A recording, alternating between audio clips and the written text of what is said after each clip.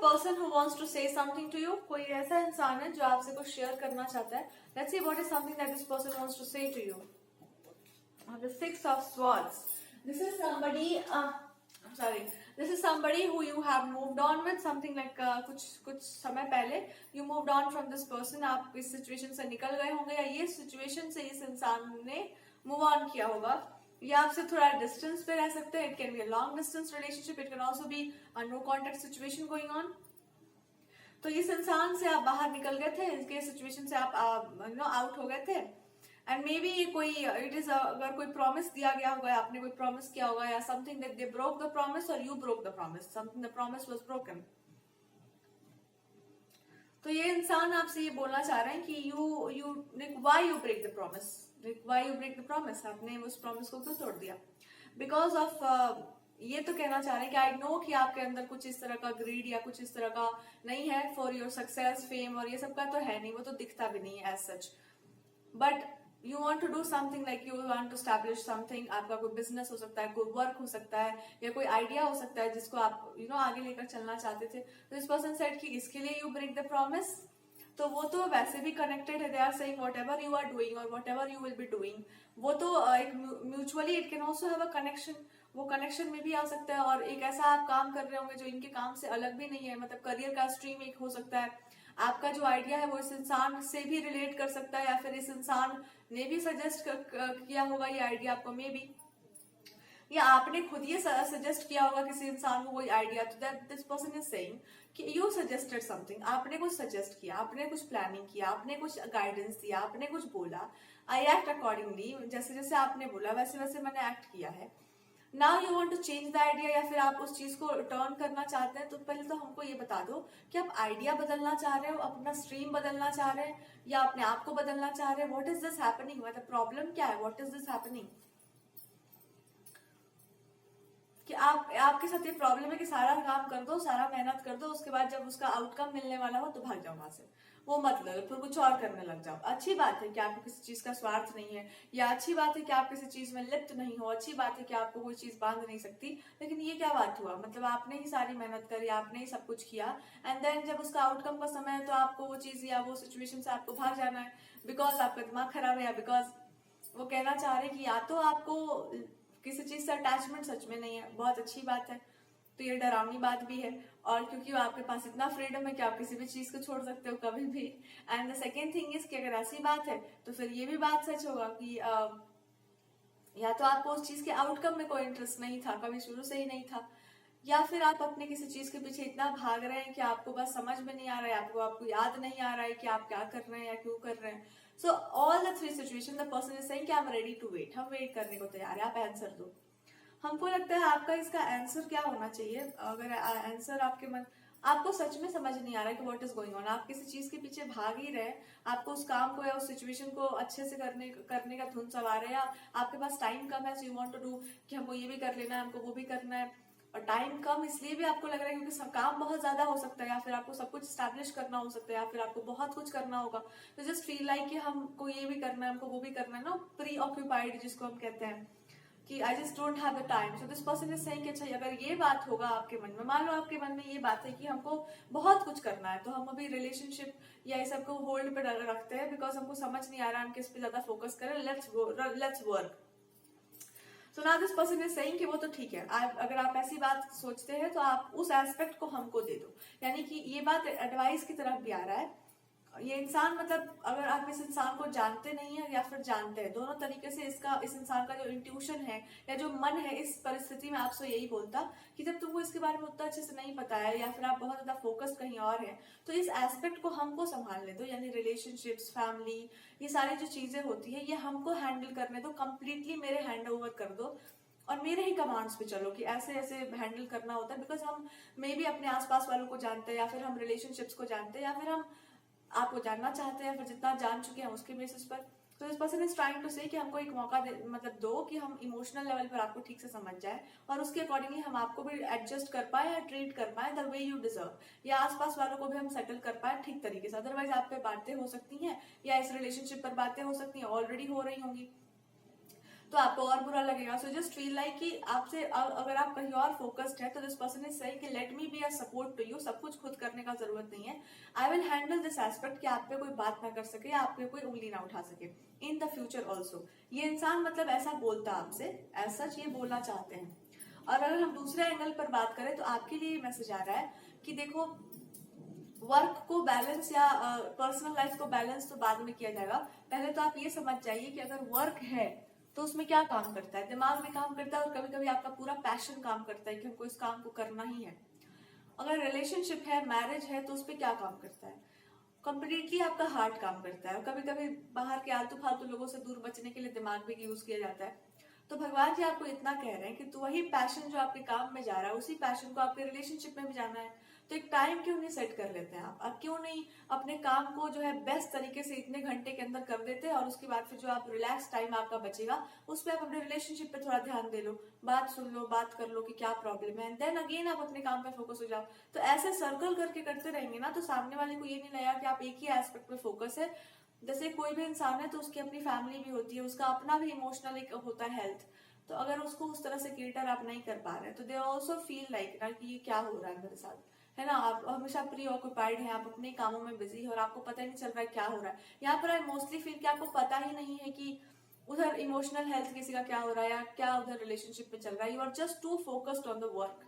So that's what the guidance is कि आपको पता भी नहीं चलेगा, फिर वहां पर कुछ प्रॉब्लम हो जाएगी, फिर आप और सफर करेंगे, आपका करियर भी सफर करेगा। करियर छोड़ो मतलब आपका काम में भी आपका मन नहीं लगेगा, बिकॉज वहां पर कुछ बुरा हो जाता है तो यू ऑल्सो फील बैड। अभी कार्ड्स हम पूरे नहीं पढ़ पा रहे हैं।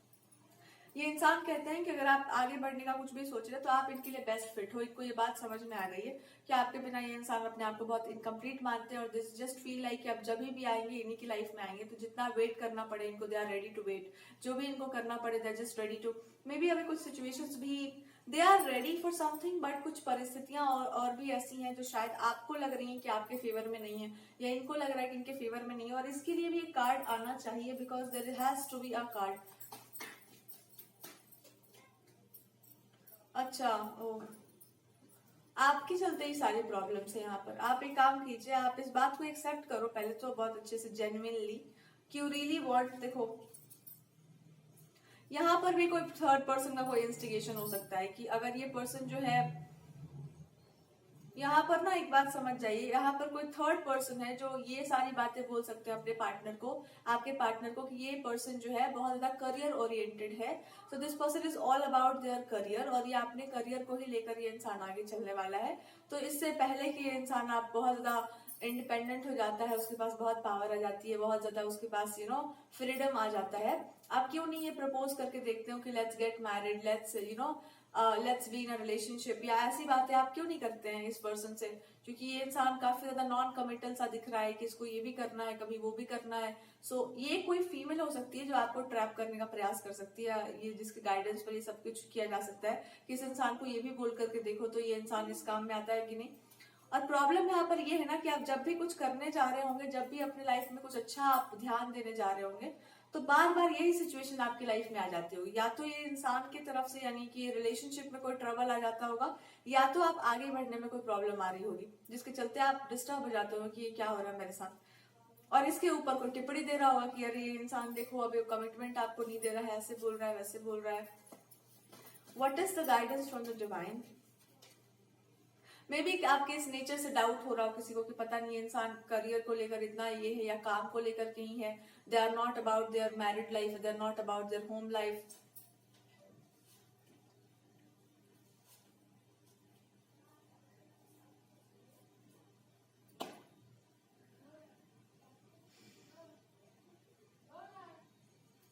God is trying to tell you कि पता है ये सिचुएशंस जीवन में कब होती हैं, जब आपका पूरा कंट्रोल किसी एक एस्पेक्ट पर नहीं होता है, जब आपका पूरा का पूरा ध्यान किसी एक क्षेत्र में हो और पूरा का पूरा ध्यान आपका एक क्षेत्र से हट चुका हो, तो वहां पर जिसको जो मन करे सो किए जाता होगा। इमोशनली मे बी आप ऐसा ले लो कि आप घर में आप इतने काम में बिजी हो कि आप फैमिली पे ध्यान नहीं दे पा रहे और फैमिली में कोई तीसरा आकर के आपके खिलाफ कान भरे जा रहा है और सब लोग माने जा रहे हैं कि हाँ हाँ कुछ तो प्रॉब्लम है। सो गॉड इज सेइंग कि इस टेंडेंसी से बाहर निकल जाए और आपका एक कर्मा है जिसको आपको ब्रेक करना है और सब कुछ ब्रेक हो जाएगा। दैट इज जो बुद्धि जो दिमाग आपका करियर में लगता है वही बुद्धि वही दिमाग अपने होम लाइफ में भी लगाओ, क्योंकि वहां पर भी लोमड़ी और चंड चतुर लोग बहुत सारे हैं। तो जो आप मान लो कि सोसाइटी में जो हो रहा है वो हमारे घरों में भी हो सकता है, कोई बहुत बड़ा बात नहीं है। थोड़ा सा भी आप उसको ढील दे दीजिए, फिर 4-5 लोग घुस जाएंगे आपके घर में भी, और फिर आप ही के घर वालों के विरुद्ध बोलेंगे आपको। या अगर आपने इतना अपने कान को कच्चा रखा है कि कोई भी कुछ भी बोल के चला जा रहा है आपके बारे में, आपकी फैमिली के बारे में, आपके बाल बच्चों के बारे में। सबसे फ्रस्ट्रेटिंग बात पता है क्या होता है? कि आंटियां बगल की आती हैं और आपके बच्चों के बारे में बोल के चली जाती हैं, और हमारे मुंह में इतना दही जमा रहता है कि हम लोग कुछ बोल नहीं पाते हैं कि जाने दीजिए, समय आएगा तो बोलेंगे। अरे समय नहीं आएगा, आंटी आके चल गई और रोज आती हैं वो। सो इट्स बेटर कि आंटी को ये बताया जाए कि हाँ ठीक है, बच्चे आपके भी बदमाश है, बच्चे हमारे भी बदमाश है, मत बोला करिए, थोड़ा बुरा लगता है ना, इट हर्ट्स, है ना। और आपको अगर बोलना है तो फिर आपको थोड़ा सा सुनना भी चाहिए, बिकॉज क्या है ना कि आदत लग जाता है, फिर हमको नहीं करना चाहिए ऐसा, अपमानजनक सा लगता है, लेकिन वो आदत लग जाता है कि हम टिप्पणी करेंगे। तो टिप्पणी आप क्यों करेंगे भाई? फिर हम लोग टिप्पणी करेंगे तो आपको बुरा लग जाएगा।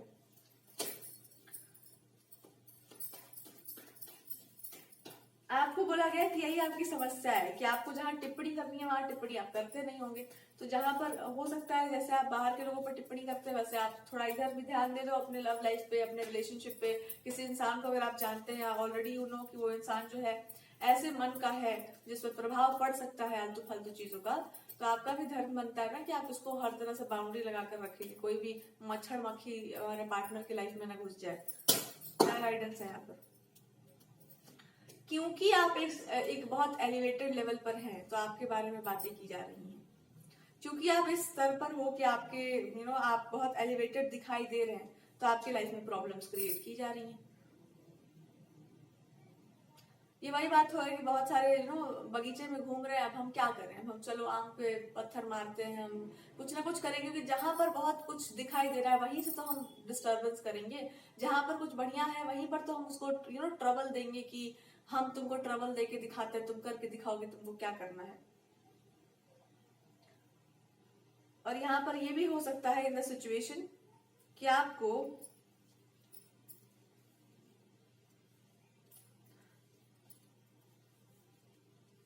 आपसे एक बात कही जा रही है, किसी के प्रॉब्लम्स में नहीं जाना है आपको, किसी के प्रॉब्लम में घुस नहीं जाना है। अगर आपके स्पाउस के साथ कुछ प्रॉब्लम है या किसी इंसान के साथ कोई प्रॉब्लम, उस प्रॉब्लम में नहीं जाना है, उस प्रॉब्लम से निकल करके बता देना है कि व्हाट इज द प्रॉब्लम, कहाँ प्रॉब्लम है, व्हाट इज द कहाँ फिक्स करना है उसको।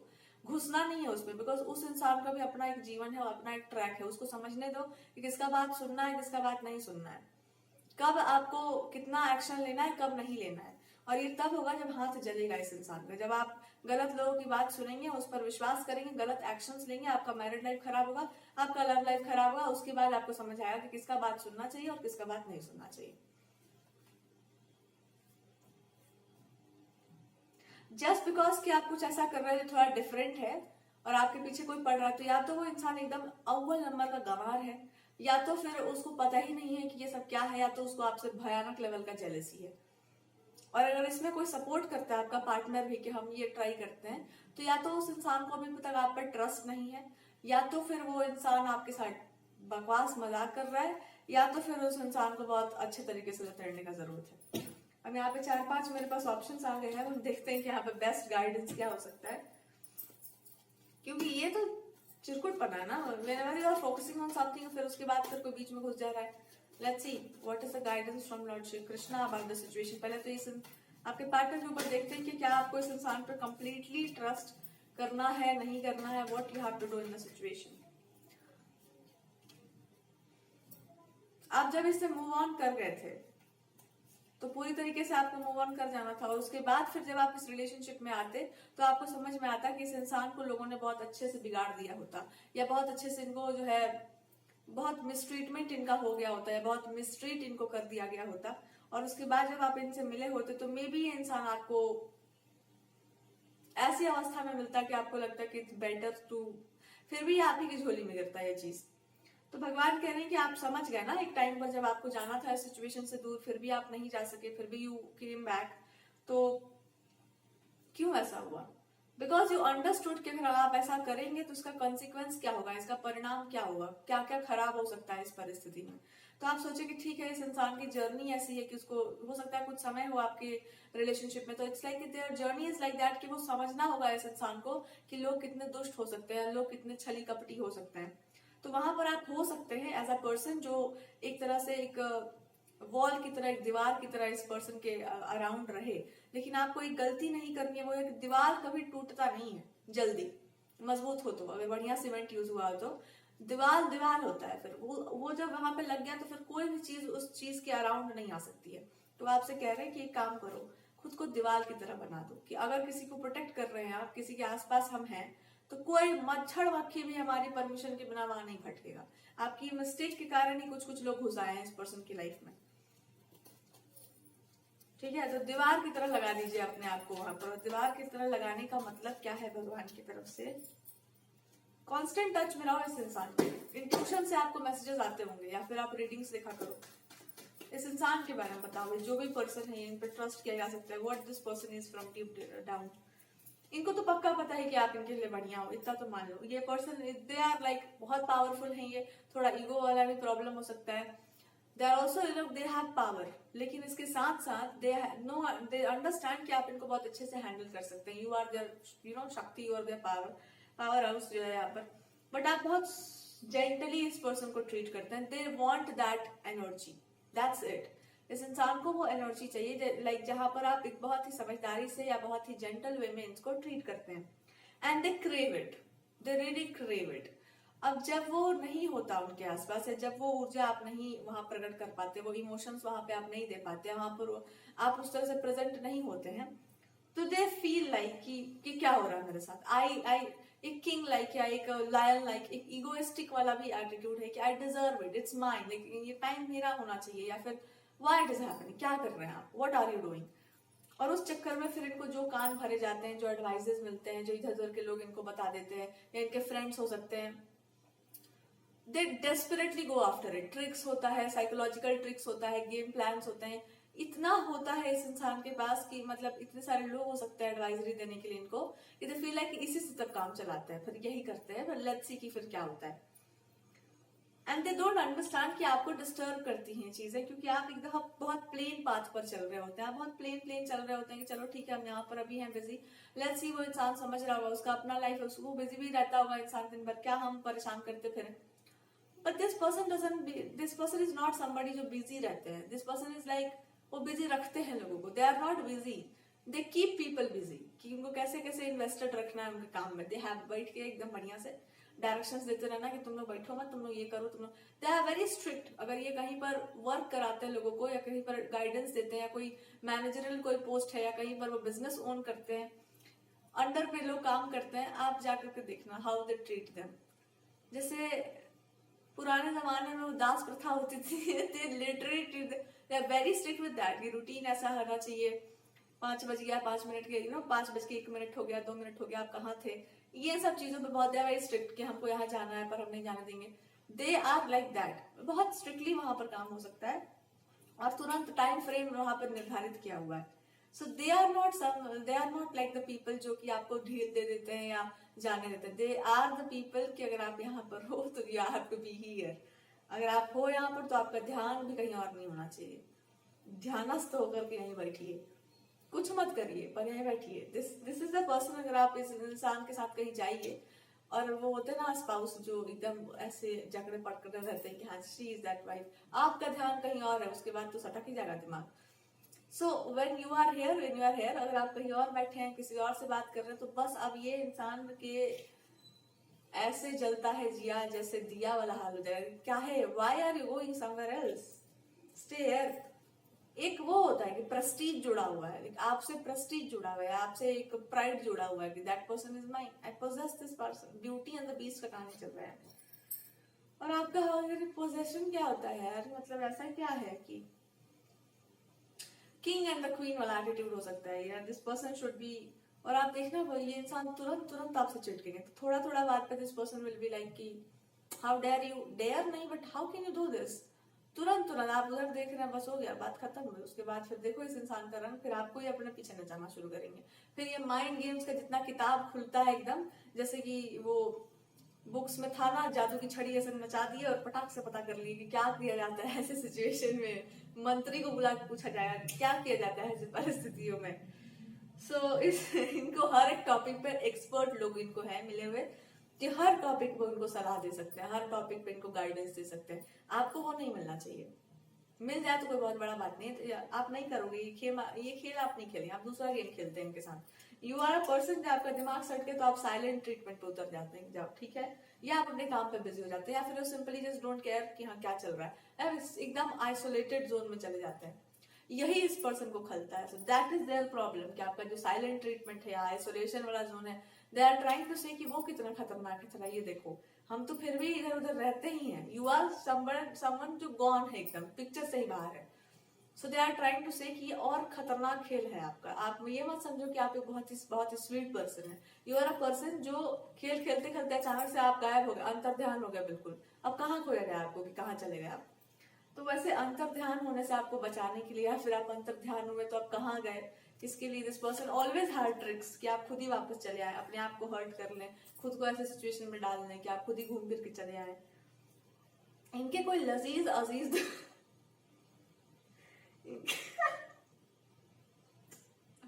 दिस इज समबडी, कोई लजीज अजीज दोस्त हो सकते हैं जो इनके जैसी चुटकुटाई वाली बातें अरे पुराने जमाने में जो है राजाओं के राज कभी हुआ करते थे, जो है एकदम राजा महाराजा वाला जो एटीट्यूड चल रहा है कि दो किंग आपस में बैठकर बतिया रहे हैं। दिन के कोई ऐसे मित्र जिगरी यार हो सकते हैं जिनके साथ ही आप साझा करते हैं कि ऐसा ऐसा दिक्कत है, क्या किया जाए बताइए। लाख आप समझा लो कि ये इंसान का एडवाइस आप मत मानिए, बिकॉज ये इंसान दूसरे पर्सपेक्टिव से बात कर रहा है, the way they have seen the world. इनका भी एक बहुत कट्टर अप्रोच हो सकता है कि देखो ऐसा ऐसा ट्रीटमेंट होना चाहिए, this is how should be, चीजों को ऐसा होना चाहिए, परफेक्ट वे है उसका ऐसे होने का।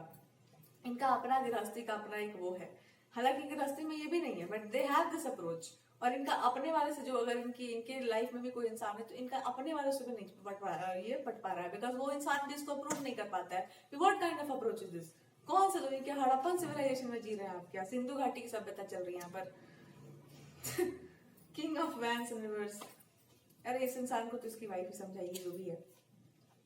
King of vans and reverse, ये आपके जो भी पर्सन है, दे आर कि आप काहे करते हैं ऐसा, वाई डू दिस। और इनको सबसे बड़ा डर ये है कि अगर that person has somebody in their life, कोई उनके लाइफ में है और उनका जो स्पाउस है, उनका जो भी बिलवेड जो भी है, तो उनको पूरा का पूरा भरोसा है कि उसके जैसे तो नहीं होनी चाहिए बस दे हैव दिस थिंग कि नहीं वो वाला लक्षण नहीं आना चाहिए, बिकॉज वो बहुत डरावना है। इट्स वेरी जो कि हैंडल नहीं कर पाएंगे, this don't feel compatible with that. तो ये बस यही पूरा प्रयास करते हैं कि आप उस जोन में ना चले जाएं जहां पर आप हाइपर इंडिपेंडेंट हैं और उसके बाद से आप नाच नचाना शुरू करें इस पर्सन को। तो they are doing everything possible कि आप एक बॉक्स में फिट हो जाएं और उसके बाद फिर आप बाहर ज्यादा निकल ना पाए, आप बाहर ज्यादा जा ना पाए, आप हाइपर इंडिपेंडेंट हो ना पाए। बट दे डोंट अंडरस्टैंड कि हर इंसान का अपना अपना एक नेचर होता है और नेचर नहीं बदलने वाला है किसी का, जिसका जो स्वभाव है वही रहेगा। तो इनको सबसे बड़ा डर ओवरऑल इस रीडिंग से हमको यही लगता है कि आपके स्पाउस को डर है कि आप कहीं पर या तो हाइपर इंडिपेंडेंट के चक्कर में अपने इंडिपेंडेंस को लेकर, मनी को लेकर, करियर को लेकर कि इनको डोमिनेट ना करने लगे, दूसरा कहीं और ना निकल जाए, और तीसरा ये कि आप इतने बिजी ना हो जाए कि आप फिर आप जो अभी हो वो आगे ना हो पाओ। जिनका फियर है, एंजाइटी है, जो भी है, एक प्राइड भी है, if you leave the picture फिर क्या होगा, फिर कहाँ से ले आएगा, आपका सब्स्टिट्यूट कहाँ से आएगा भैया। खोजने में को और टाइम लगना है, तो बहुत खोजबीन के बाद ही आप प्राप्त हुए हो, यहाँ पर समुद्र मंथन से प्राप्त हुए हैं। कुरमा अवतार है आप एकदम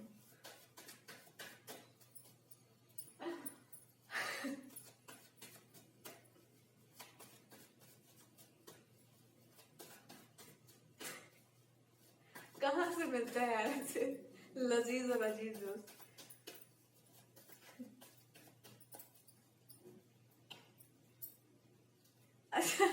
अच्छा I am getting a feeling, अगर ये इस इंसान में कोई फ्रेंडशिप भी है और कोई इंसान भी है, that person is also scared of you. उनको भी आपसे बहुत भय है इन सेंस कि हमको पता ना चल जाए, मतलब कुछ तो ऐसा है कि person is scared of it, कि बहुत खतरनाक सा है आपका, कुछ बहुत जहरीला सा अप्रोच है जहर ना आप डस ना लो इनको नागिन जैसा।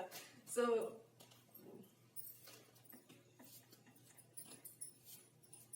डरे पड़े हैं लोग यहाँ पर, बताइए। ओवरऑल आपके लिए रीडिंग यही कह रही है कि मन को शांत रखिए आपके अंदर भी प्रॉब्लम है। अगर आप फेमिनिन हो या आपके साथ ऐसा कुछ हो रहा है तो आपके अंदर भी प्रॉब्लम है कि थोड़ा सा घुलना मिलना आप स्टार्ट करो, लोगों से जुड़ना आप स्टार्ट करो, और हमेशा दूसरों को क्रिटिसाइज ही नहीं करते, कभी कभी अप्रिशिएट भी किया जाता है। तो इसी रीडिंग में हम लोग जो है आपको सिखा देते हैं हाउ टू अप्रिशिएट। चलिए अप्रिसिएशन के लिए थोड़ा हम कार्ड्स निकालते हैं, कैसे अप्रिशिएट किया जाता है लोगों को। चलिए आइए लेट्स सी। देखो अगर ये कोई इंसान आपके स्पाउस है तो आपको पहले तो पूछना चाहिए कि खुल के आप प्रेजेंट करिए अपने बातों को, कि कहने का मतलब क्या है, भय क्या है। उस भय यही है कि आप जो है ज्यादा इधर उधर ना निकल जाओ यही बोल दो साफ साफ। और आप जो भी एनर्जी को रिप्रेजेंट कर रहे हैं उसमें कंप्लीटनेस में आ जाइए। ये मत समझो कि 10 साल बाद हम इतना क्रिएट कर लेंगे तब चैन से जिएंगे। कहने का मतलब भगवान का भी यही है कि तुम अभी से ही चैन से जीने लगो ना। जो आपका रियल एटीट्यूड है उसमें आप आ जाइए, और आपका रियल एटीट्यूड यही है कि आप हर चीज को बैलेंस करके चलते हैं, you are a balance person. लेकिन जीवन बैलेंस हो नहीं पाता है, या ऐसे ऐसे चलता ही रहता है हमेशा।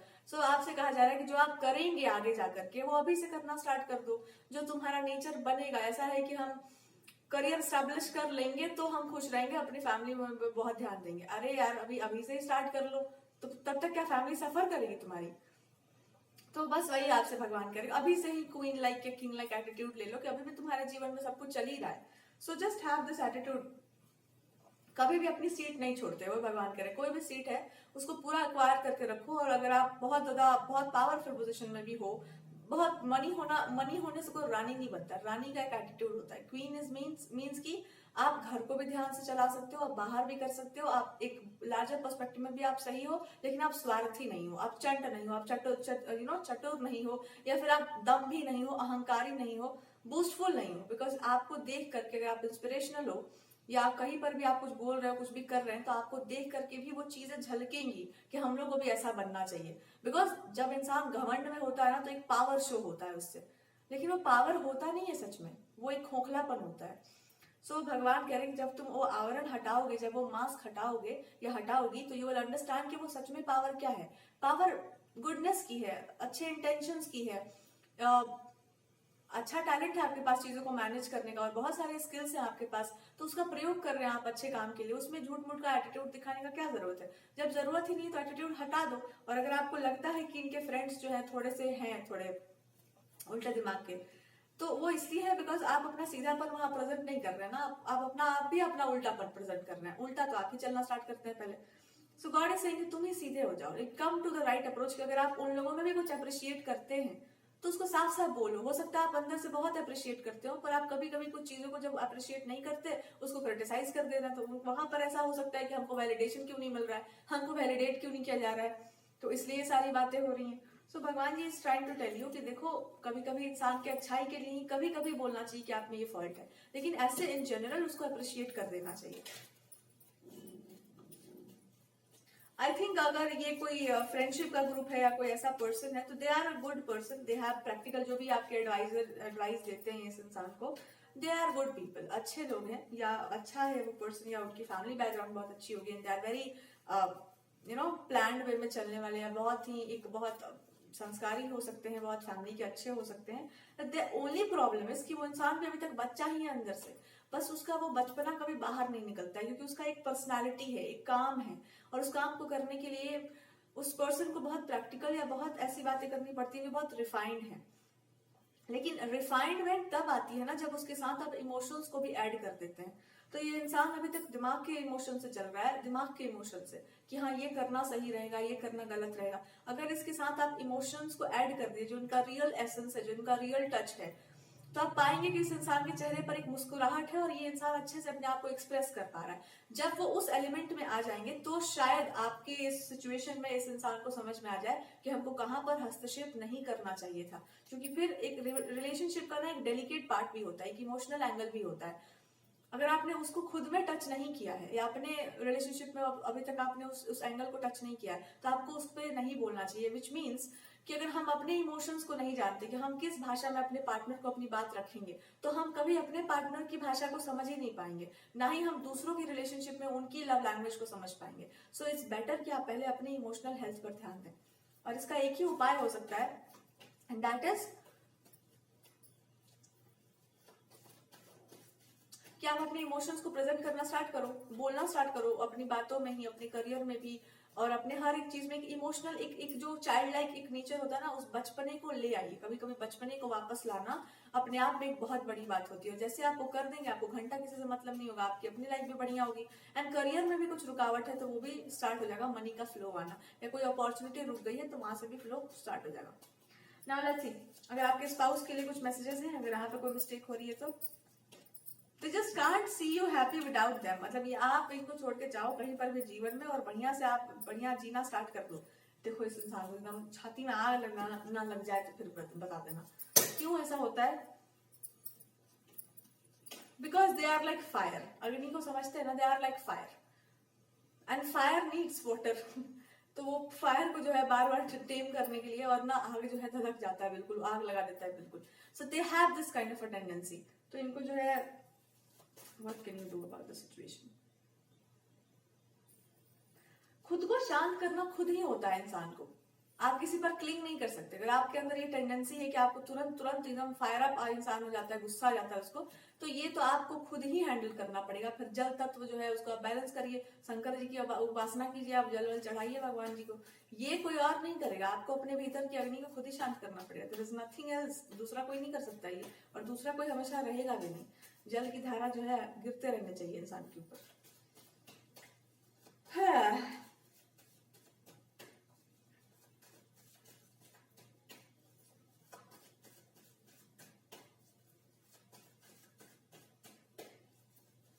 Now let's see what is the guidance in like with this situation. What is the guidance? आपके लिए बस यही गाइडेंस है कि आप जो भी हैं बहुत सही है, बस अपने नेचर को अब भविष्य के लिए मत छोड़ो, प्रेजेंट रियलिटी में रहो। जो भी आप हैं वास्तव में एक बार आप उसमें आकर देखिए, उस नेचर में आप आकर के देखिए जो आपको होना है, जो आप वास्तव में हैं। आपकी सारी समस्याएं दूर हो जाएंगी, चाहे वो घर की हो, बाहर की हो, फैमिली की हो, करियर की हो। Because everybody wants to have somebody जिसमें जजमेंट थोड़ा कम हो और भावना ज्यादा हो। मतलब आप बुद्धि से किसी को जज ना करें, उसके भीतर जो छुपा है उसको देख लें। और सबको वैसे ही इंसान अच्छे लगते हैं। तो आपको भगवान जी भी कह रहे हैं कि जब तुम यही हो तो क्यों नहीं मतलब इस पर्सनालिटी को एक्सेप्ट कर लेती हो या कर लेते हो। हाँ, लोग आपको लगता होगा कि बहुत सारे लोगों का जमावड़ा हो जाएगा, या फिर हम फ्रेंड ग्रुप्स में नहीं जाना चाहते, अभी हमको बहुत कुछ करना है, अकेले रहना है। सो गॉड इज सेइंग कि अकेले में बहुत कुछ नहीं हो पाता है, कभी कभी ग्रुप में रह करके भी आप अपना काम कर सकते हैं, अगर आप सही से अपने आप को हैंडल करते हैं तो ओवरऑल है इसमें आपको भी खुद को फिट करना होगा और सिचुएशन को अकॉर्डिंग भी चलना होगा। लास्ट का गाइडेंस ये है कि अग्नि भी ठीक है, जल का तत्व भी ठीक है, दोनों का बैलेंस जरूरी है। ठीक है, तो इमोशंस को भी लेकर के चलिए। सिर्फ हीट प्रोड्यूस होगा कहीं पर भी तो आग लग जाएगा। That is the guidance.